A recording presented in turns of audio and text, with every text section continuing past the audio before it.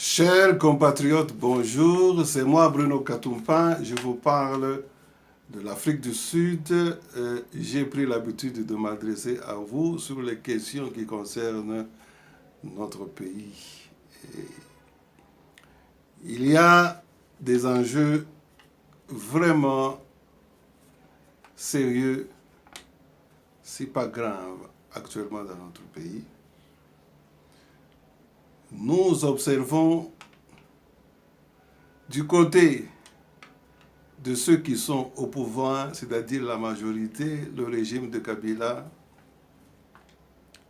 des jeux qui ne nous inspirent pas confiance, qui remettent en question la tenue même des élections qui ont été retardées. Et bien voilà, la deuxième fois en 2016, 2017, maintenant ce sera la troisième fois 2018. Corneille Nangaa semble dire que les élections auront lieu le 30 décembre prochain, donc il aurait avancé ça d'une semaine. Mais néanmoins, je voulais attirer l'attention du peuple congolais sur les jeux qui se jouent en ce moment et qui n'inspirent pas confiance aux observateurs et analystes sérieux. Quand nous voyons les scènes et les événements qui ont précédé, les jours qui se sont succédés, les jours passés, je cite un peu certains de ces événements. Voilà, à 5 jours de la tenue de ces élections, on apprendra que les papiers ou les feuilles pour les PV n'étaient pas encore fin prêts à Kinshasa, n'étaient même pas encore arrivés à Kinshasa. Quelques jours après, nous apprenons aussi qu'il y a un incendie qui a eu lieu au dépôt de la CENI à Kinshasa. Entre-temps, nous voyons sur le fleuve Congo tout un bateau plein de militaires, comme si la guerre était déclarée quelque part dans notre pays. Nous avons vu les mêmes renforcements de militaires avec des images en provenance de Goma. Et voilà, avec cet incendie qui a eu lieu, permettez-moi de faire un commentaire là-dessus. Personne n'a eu les images pour montrer les dégâts à l'intérieur de cet entrepôt. Tout ce que nous avons vu, ce sont des images périphériques, des images extérieures. Voilà, il n'y a que la CENI, le gouvernement et Kabila qui connaissent les réels dégâts. Les gens se posent si dans cet entrepôt réellement il y avait les PV dont ils parlent, s'il y avait même des machines ou ce sont des choses même fictives. Parce que selon certains rumeurs, on entend dire que des militaires ont été déplacés de justesse avant que cet incident d'incendie n'arrive. Et certains dans le gouvernement, apparemment pas de moindres personnes, les ministres, auraient déjà signalé avant l'incendie. 2 heures avant ou 3 heures avant, auraient déjà signalé cet acte ignoble. Ce jeu, donc ils ont été pris à leur propre piège. Donc voilà, nous assistons quelques jours avant les élections à ces jeux-là. Et je ne vais pas m'arrêter à indiquer que ce jeu-là, c'est seulement au niveau du gouvernement, du régime, de FCC. Mais j'ai l'impression que le même jeu, on a assisté les semaines passées au même jeu dans le camp de l'opposition, qui maintenant parle un langage différent. On voit plutôt qu'après Genève et Nairobi, L'engagement pour la propagande de la campagne était vraiment intense dans les deux groupes de l'opposition, malgré des embûches, des pots de bananes et que le gouvernement a essayé de placer sur le chemin de ces candidats qui ont prouvé qu'ils étaient plus populaires que Shadari. Et à côté de cela, c'était des drames avec Shadari qui, à plusieurs reprises, le peuple congolais lui a montré sa désapprobation, son refus de l'endosser en tant que candidat présidentiel. Eh bien, ces signes-là n'ont pas été des signes trompeurs.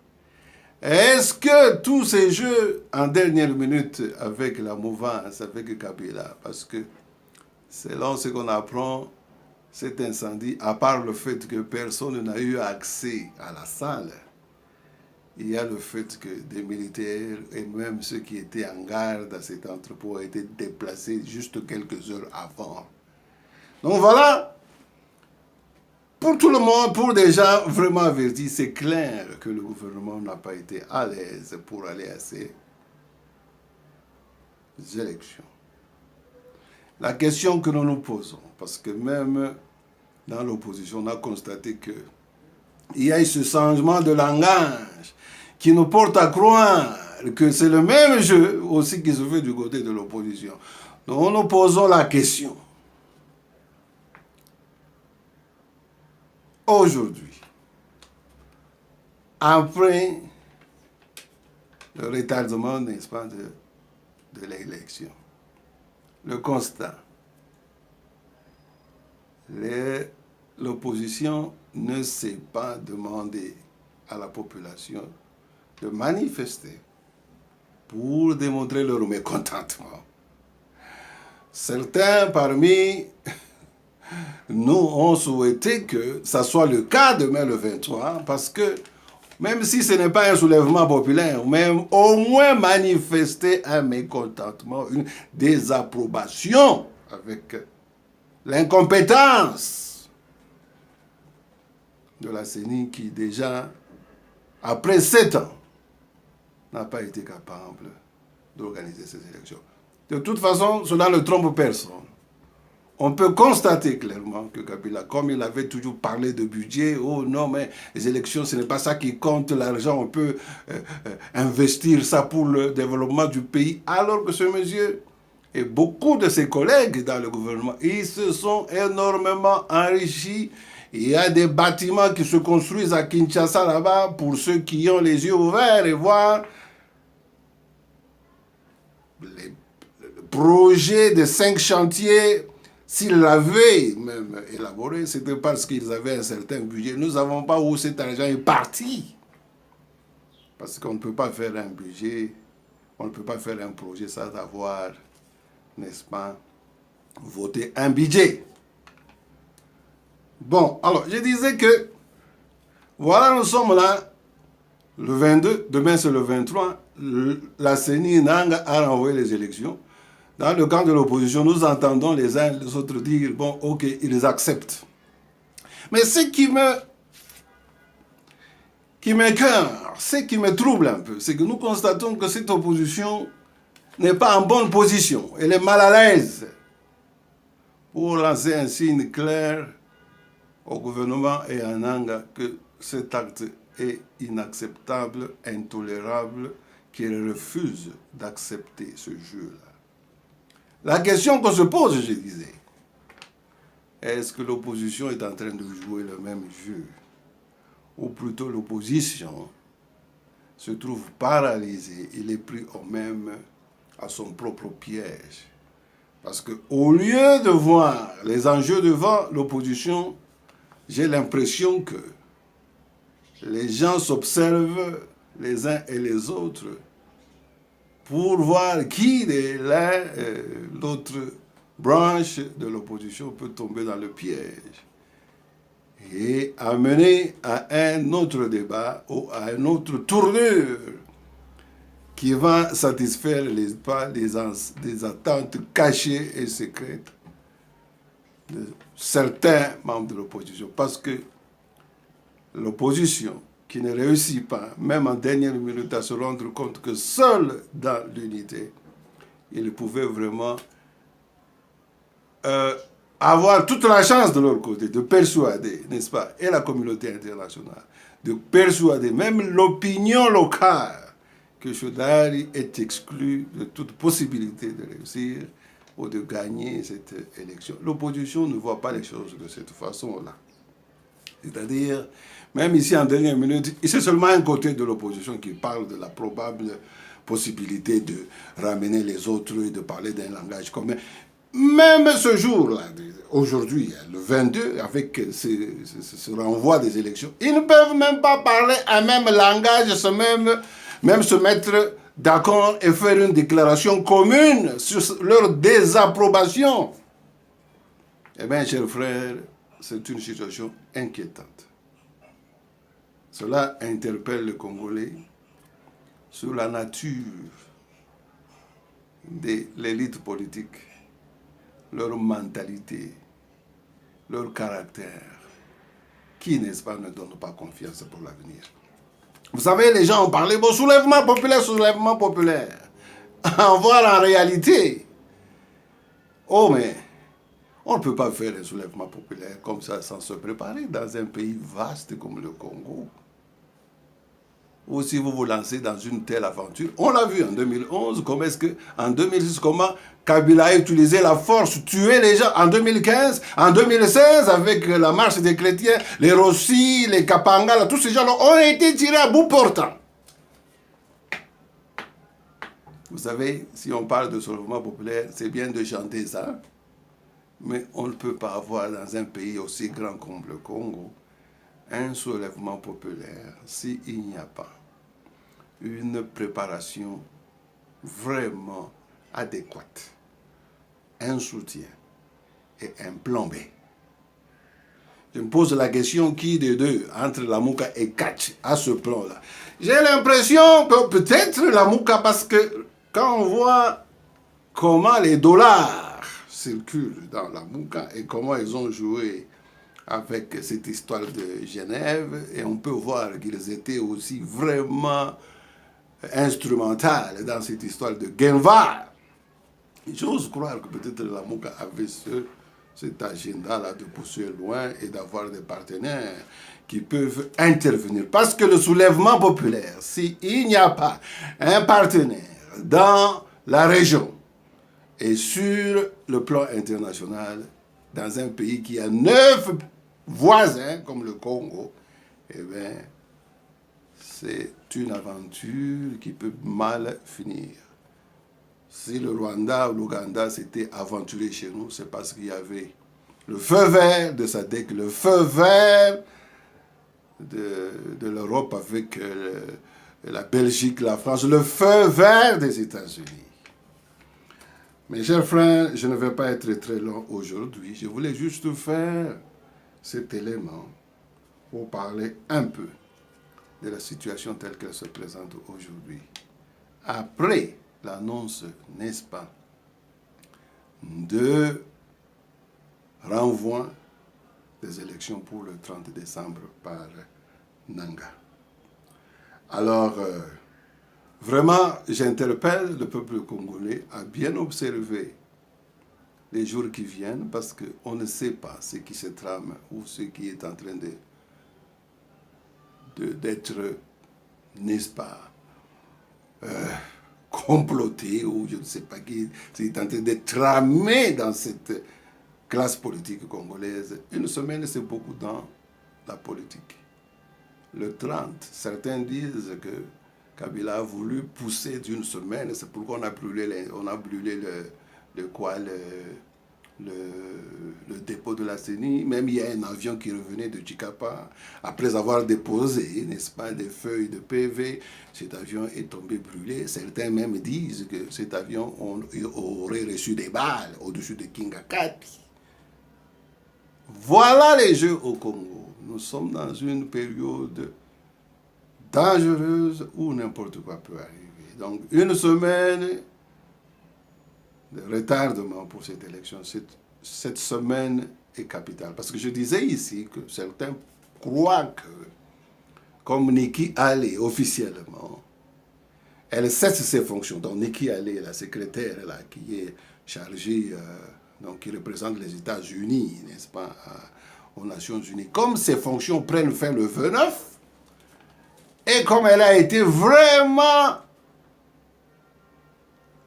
sévère à l'égard de Kabila, Kabila tenterait la dernière chance pour faire d'autres manœuvres avec des politiciens avec lesquels ils ont peut-être déjà fait des accords secrets, pour que, après le 29, comme Nikki Haley serait parti, le 30, il pourrait y changer les jeux, qui sait même renvoyer encore les élections ou proclamer un état d'urgence, certains semblent dire, et même, probablement, demander qu'il y ait un dialogue. De toute façon, nous n'entendons pas des plaintes de SADC, nous n'entendons pas de plaintes vraiment bien articulées de la part des États-Unis et même de la Belgique ou de l'Union européenne. C'est inquiétant. De toute façon, rendez-vous dans une semaine, mais une semaine c'est très loin. Avant le 30 décembre, chaque jour va compter parce qu'on ne sait pas ce qui se trame avec les politiciens congolais qui ont montré que tous sont dans un jeu pour se retrouver à la mangeoire. Ils ne sont pas vraiment déterminés à respecter leurs paroles, même dans des accords qu'ils se font entre eux. Vous voyez toujours, ce sont des coups bas, des jeux. Ce que le gouvernement fait, mais l'opposition est en train de le faire entre elle-même. Et la victime dans tout ça, c'est nous, le peuple congolais, qui avons soif d'un gouvernement crédible, pas seulement d'une élection crédible, d'un gouvernement crédible, des hommes politiques ou classes politiques crédibles, confiants, qui peuvent garantir, n'est-ce pas, la réalisation de cette promesse pour un état de droit et pour la véritable démocratie. En attendant cette journée fatidique du 23 décembre, la journée de demain, je n'ai pas manqué de me poser la question suivante. Qu'est-ce que la base des partis d'opposition a décidé de faire? Moi, je crois qu'il n'est pas indiqué d'attendre les instructions qui viendront, n'est-ce pas, des leaders de Catch, de la Mouka, ou qui d'autres, parce que je dois rappeler au peuple congolais que nous sommes dans une dispensation où le peuple devrait intérioriser